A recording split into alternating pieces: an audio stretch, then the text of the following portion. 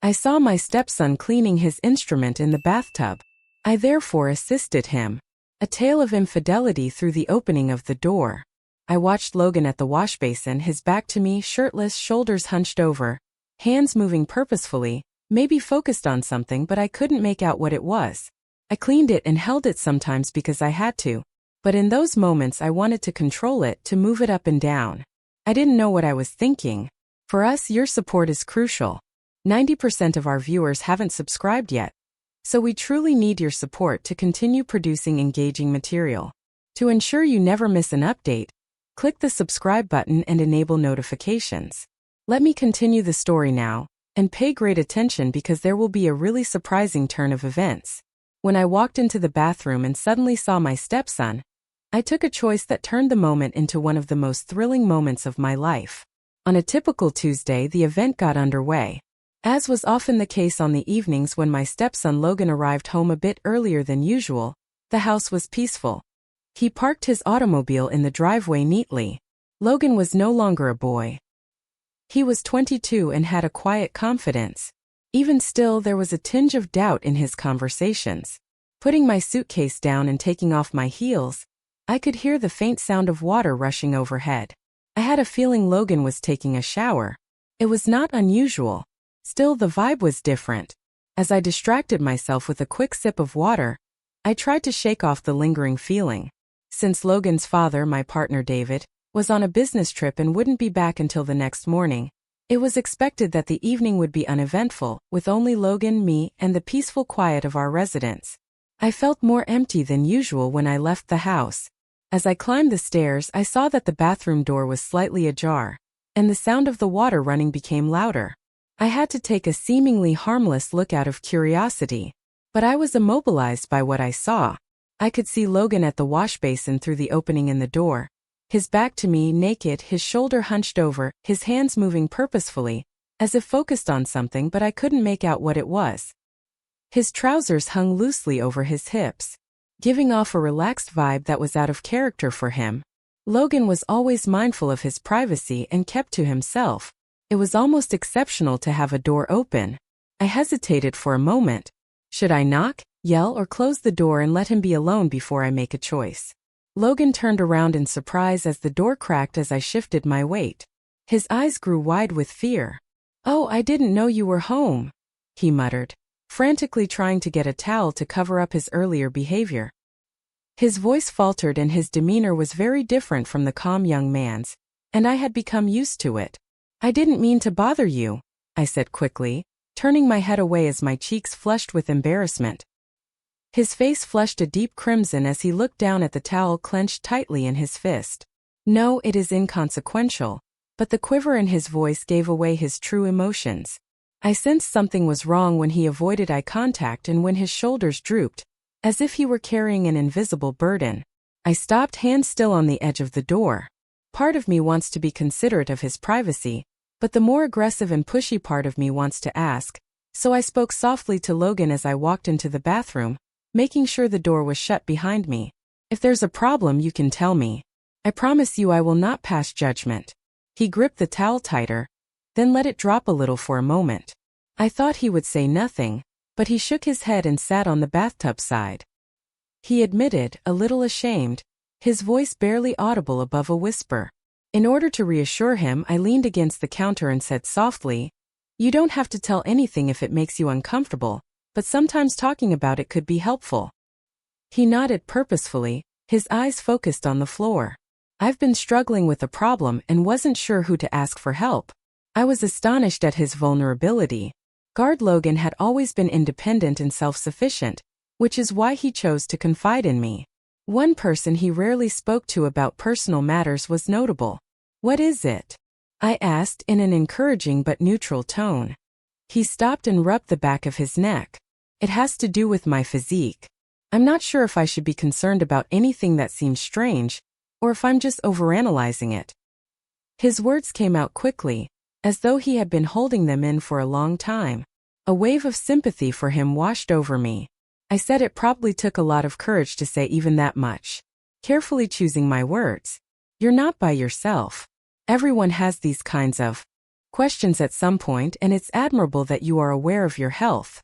Do you want help getting this issue resolved? His expression was a mix of relief and apprehension as he glanced up at me. I wouldn't protest. Of course not, I said with a reassuring smile. Together we can deal with this. The initial uneasiness started to fade as our chat went on. Logan expressed his worries in a disjointed manner. His words were punctuated by worried glances at the floor. I listened. I calmly offered consolation and helpful guidance as Logan talked. The seriousness of his worries became more apparent. He had repressed these ideas for so long that his voice trembled with every word. Warm and smelling of soap, the bathroom seemed an odd place for such a private conversation. But it was the only place that mattered at that moment. I suppose I just don't know if it's normal, Logan said, adjusting the towel's edge. For this issue there is no guide. That's right. I wouldn't really want to counsel my father. His remarks persisted, the unspoken truth piercing through the uneasiness. David and Logan had a good relationship. Still, there was a persistent underlying disparity. Neither side seemed to understand how to overcome the obstacle. To understand, I said softly as I leaned over the wash basin, even with people closest to you, it may be difficult to talk about certain things. But it's admirable that these problems are being addressed. Because it's better than stifling them inside. He agreed, his face still hidden. I just do not wish to appear peculiar or intrusive, I interrupted gently. Everyone experiences such emotions at some point. Don't worry, you are not peculiar. You show bravery by confronting the issue. His lips formed a faint smile, and for a moment, I thought the tension in his shoulders might release. But it was clear that he had more to think. He admitted in a barely audible voice that he feels out of place and disconnected from himself, and he was unsure about his own problems. His words struck me as incredibly poignant. This problem was not just a physical one, but a serious one that had been bothering him for a long time. After a moment of reflection, I assured Logan that there was nothing wrong with him, that he was just figuring things out, which is perfectly fine because nobody knew everything, especially at his age. He looked up at me, his eyes searching mine for confirmation, and I honestly thought that was the case, so I assured him that I would help, and no matter what, we would work this out together.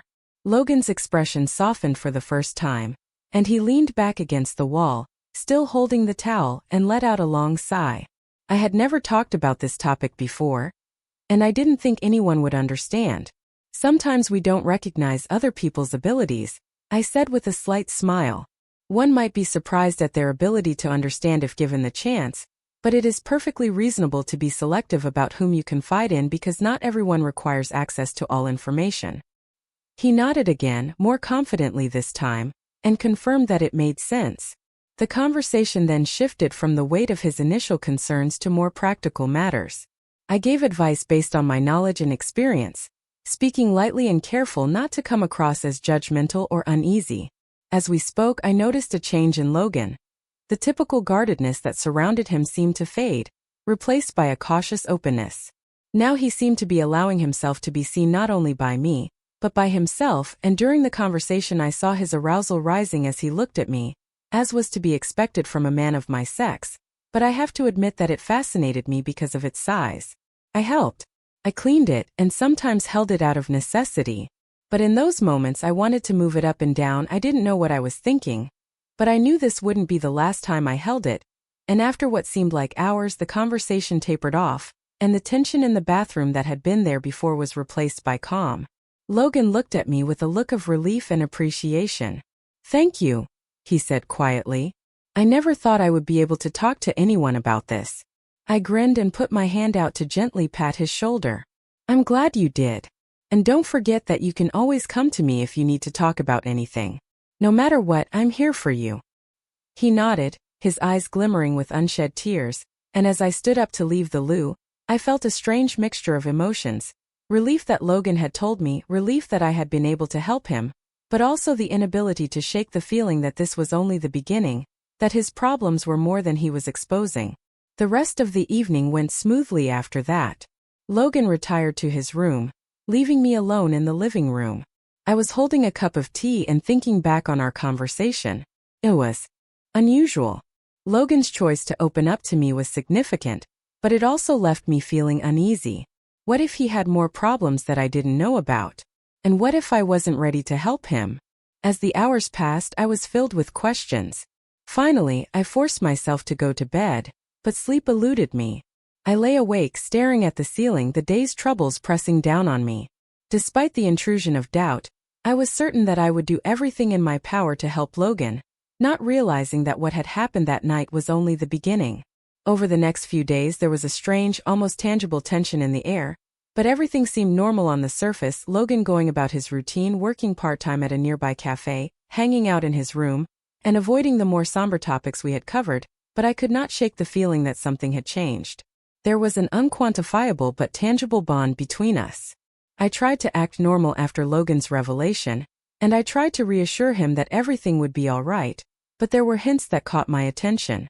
I saw him retreating into himself, his eyes avoiding mine as we walked down the hall, and the stiffness in his shoulders whenever I tried to strike up a conversation, as if he were withdrawing into a world he had not allowed me to enter.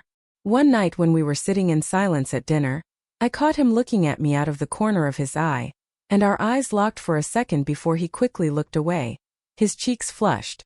This fleeting interaction gave me a spooky feeling, as though there was an unspoken tension between us. I tried to ignore it, but it was difficult. The bond we shared seemed to be turning into something nebulous. Although David was normally cheerful when he got home that evening, and we followed our routine, Logan felt a disco. He was more reserved than usual, and I saw his eyes often straying towards me in the evening, only to turn away when I saw it. It was subtle but obvious the following day. David had gone to work, and I was home alone with Logan. As I was preparing lunch in the kitchen, I heard the faint sound of footsteps behind me. I turned to see Logan standing in the doorway, his expression unsure, and I greeted him, trying to be upbeat. "Is everything satisfactory?" After giving me a long look, he nodded in agreement. "Yes, I just wanted to talk," with a faint hint of anxiety brewing in my stomach. This was the moment that had been hanging between us for days. I put down the knife, which I had been using, and turned to face him head-on. "What do you think, Logan?" I asked, maintaining a calm tone of voice in spite of the nervous butterflies in my breast. He paused, pacing back and forth, as if he was unsure whether or not to speak.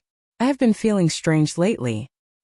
He began his speech slowly and deliberately, as if he were picking his words carefully. "I cannot explain it exactly, but this undefined worry has been bothering me. It is recognized that you can connect with me. Correct?" I said gently. "If something is bothering you, I am available." I stared at him intently, watching as his eyes slid to the floor, avoiding mine. He did not answer right away. Rather, he let out a long sigh, as though bracing himself for what was to come. Eventually he added, "I don't know how I feel right now." He spoke in a doubtful tone. I saw the vulnerability in his eyes, and my heart ached for him. The doubt that had thrown a shadow over his face when we had first spoken remained. The Logan I had known was very different from the Logan in front of me. He had an unseen load that he seemed unsure how to handle. I walked over to him and put a hand on his shoulder, saying softly, "It's okay. Sometimes you don't have to have all the answers right away. Although we are unclear, we can work through this together." His eyes, which were filled with a mixture of thankfulness and an inexplicable feeling, met mine. His expression showed the real Logan for the first time, with a naked honesty. In a barely audible voice, he admitted that he was confused and unsure of who he was and where he fit in the world. "I understand that I'm not a kid anymore. However, occasionally I have doubts about the maturation process, as though I am caught up in the genuineness of his discovery, which caught me off guard."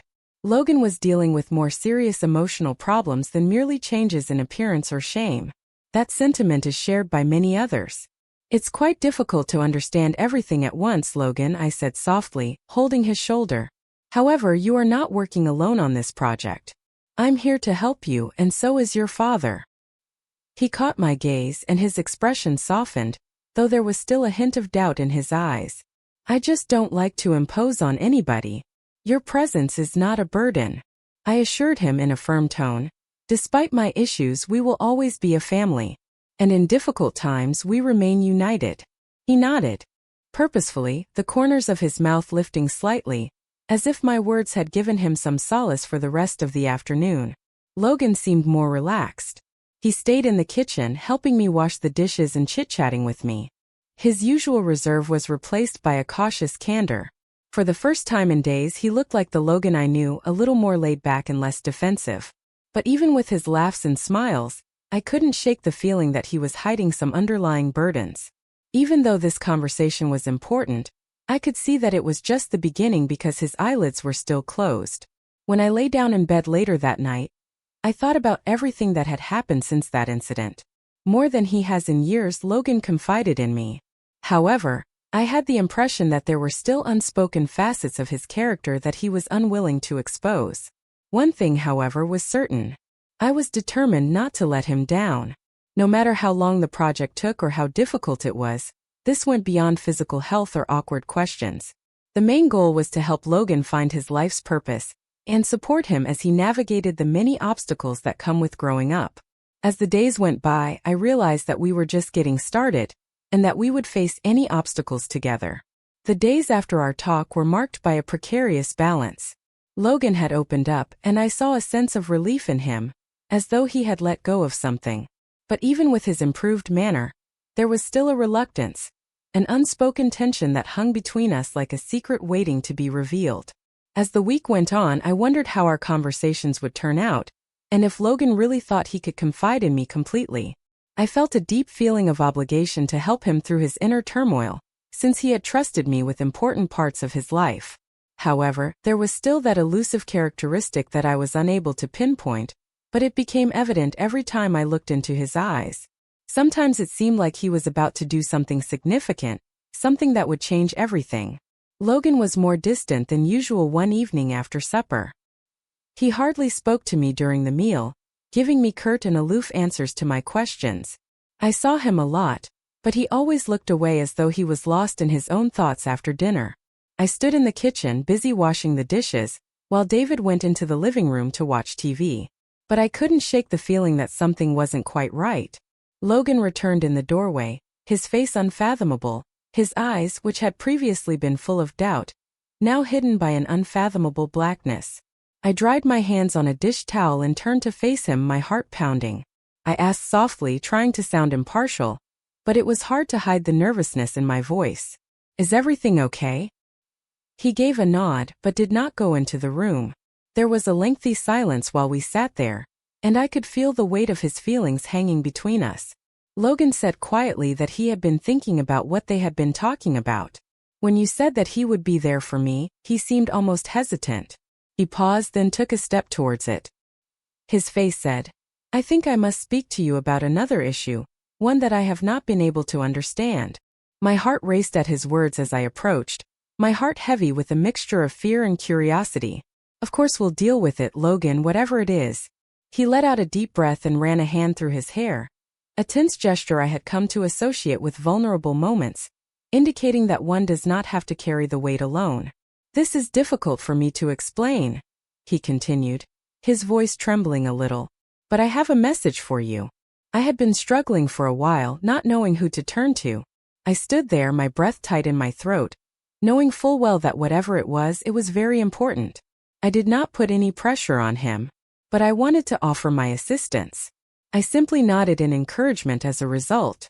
He paused, looking at the floor for a bit before focusing on me. "I don't know how to describe it, but I've been feeling a significant change in the words that hung in the air, so heavy and unexpected that they took me by surprise." I blinked, wondering if I had understood him correctly. "Different," I replied, my heart pounding, my voice barely audible above a whisper. "What are you saying?" Logan clenched his teeth and swallowed loudly, fighting to keep his composure. He conveyed his perplexity by saying that he has been questioning a number of facets of who he is. "I think I might have fallen in love with you." I was hesitant to express my feelings since I wasn't sure whether they were unique to me, but after some consideration they seemed more and more real. His confession left me speechless. I stared at him, not sure how to react. As I tried to understand what he was saying, his words were blurry. My mind was racing, trying to make sense of what I was hearing, and my heart was pounding. What I had not expected was this. I had promised to stand by him, but it was not what I had anticipated. But when I looked into his eyes, I saw the urgency and unvarnished truth. Logan was making no demands. He was just trying to understand how he felt at that moment. I understood that he needed someone to listen to him without bias. But I can't deny the relaxation I experienced when I remembered the size of his body in the restroom. A thought that often thrilled me. I whispered softly as I took a slow, steady breath, trying to calm the chaos inside of me. Logan, my voice trembling a bit. I appreciate you being here, but I have a message for you. I stopped trying to think of the right words. You're not a bad person. You are simply dealing with a confusing circumstance, and it's normal to feel confused occasionally. But it is crucial that you understand that the topic we are talking about is complex. This situation is complex. His eyes showed a mixture of relief and apprehension as he nodded. I wasn't sure who I should tell, and I didn't want to put up with this any longer. He was feeble, and his voice wavered a little. It had nothing to do with desire. It had to do with confusion. I walked over to him and put a kind hand on his shoulder in an attempt to find a place of refuge in an unexpectedly stressful setting. Logan, I said in a firm but sympathetic tone. I always will be. I am willing to help you. But this situation requires careful thought. Your emotions are real. However, we have to be careful. I just can't do it. I can't give you what you want the way you now expect. And I don't want to lead you down a path that could be harmful to us both. He looked at me, his lips trembling as though he was waiting for me to pull away or ask him to leave. But I stood there, trying to console him in the only way I knew how, telling him that I would always be a confidant, but that we must understand the ramifications of our circumstances without hurrying. Then something changed inside of me, and I thought about why I did not grant his request, which was thrilling for me as well. So why not? After a moment of hesitation, I put my hands around his neck and kissed him. He kissed me back, and it was long. It felt like a bomb of desire had exploded inside of us both. I apologize for any confusion. Logan, I said after a brief pause. It is unimportant. That's why, he answered without hesitation. I stopped kissing him and went down. I had done what I had wanted since the bathroom. I was distracted and looked up, and I saw that he was enjoying this. This is amazing. Amazing, he whispered. About 10 minutes later, I noticed he was almost finished, so I quickened my pace. Then there was a long moment, neither of us saying anything, the seriousness of what he had spoken hanging in the air. Logan took a slow, deep breath, his shoulders relaxing as though he had held his breath too long. The words "thank you," he whispered. I said, "To do this. I need that." "It is my pleasure. I'm going to head upstairs. Thank you again. I anticipate improved sleep tonight." Logan nodded and took a step back after a brief pause. My heart is burdened by conflicting feelings. And remember that you need not resolve everything simultaneously. You are not alone in this matter. "Good night, Logan," I said, watching him go upstairs. A small weight was lifted off his shoulders, but as I stood there by myself in the kitchen, I could not shake the sense of change that pervaded the air. I knew that this was a critical moment, a turning point in our relationship that could lead to healing or a more complicated circumstance. The next few days passed in a strange quiet, tangible but subtle. Things had changed in the home. Logan had become more and more withdrawn again, but not in the way he had been before, neither in a visibly cold way nor in a clearly recognizable distance, as if he was still taking in everything we own. His attempts to understand his feelings and make a decision. At times he seemed confused, lost in thought, staring blankly, his fingers making involuntary patterns on his trousers or coffee cup. I tried not to put too much pressure on him, realizing that this was something he had to handle on his own, at his own pace, even though it was difficult. I wanted to respect his need for privacy, but I also wanted to help him so he wouldn't feel alone. I couldn't ignore the weight he seemed to be carrying. His normally bright eyes now had a blank, faraway look. One afternoon in the living room, I saw Logan walking down the hall. His shoulders drooped, his head bent, and his gait carried a faint weight, but it carried a great significance, and I felt that he was troubled by something more than our past conversations without thinking. So I got up and went to him, finding him at the foot of the stairs. He looked up as I approached, surprised that I had come so suddenly. "Logan," I said softly, "could we talk for a minute?" He paused, as if he might go back to his room, but then nodded slowly, as if he were giving in to an inner need to be heard. We went into the living room. where he sat on the couch and looked at me with a mixture of fear and excitement. We haven't seen each other in a while. If you found that shocking, wait until you hear the next story I have for you right here. It's even more unbelievable. However, before we get started, if you like true stories like this, please subscribe right away and leave a comment below with what you would have done in this circumstance.